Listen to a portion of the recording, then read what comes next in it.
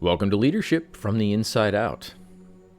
In today's lesson, I think that you're not going to be surprised. You might be maybe surprised that I haven't talked about this already, but in prison, there's a lot of people, first of all. And I think when I was very early in my period of incarceration, there was an individual that walked up to me and they said, here's the deal. In jail, there are two types of people.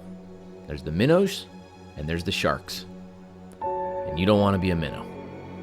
And that's kind of the general premise. You got to be the alpha. You got to be the top dog. You have to really be willing to put yourself out there. And unfortunately, everyone is trying to do this, and so everyone is testing other people. And what are they testing? Well, they might be testing them physically, but more often they're testing them mentally.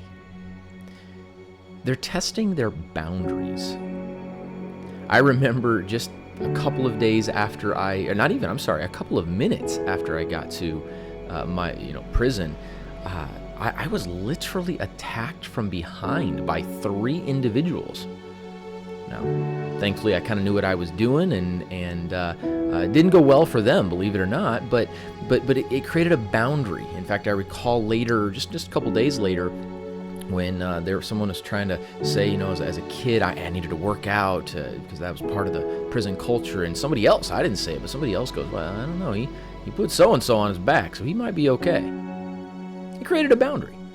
And in that scenario, that's physical, but there were mental boundaries. There were things I would not do, certain things I would not tolerate, and things that created boundaries in place so that I could both do my time productively and, more importantly, make an impact.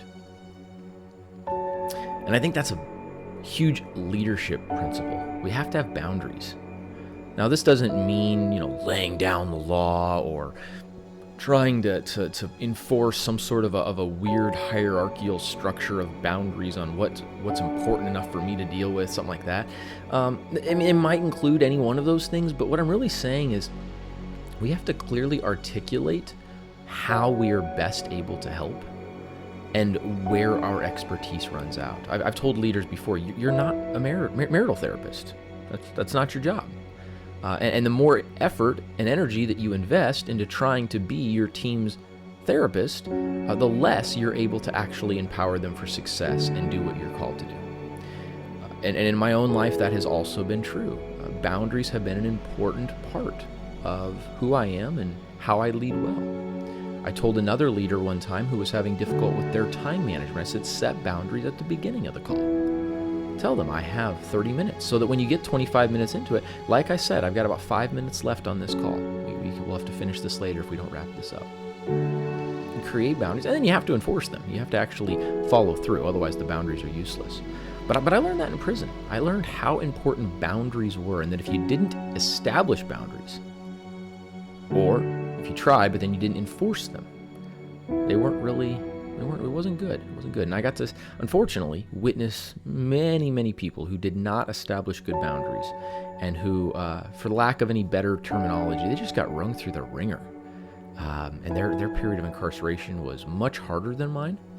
And I would imagine, I don't know, I hope this is not true, but I would imagine their lives are much less productive and purposeful. Leadership lesson number 8, the value of boundaries.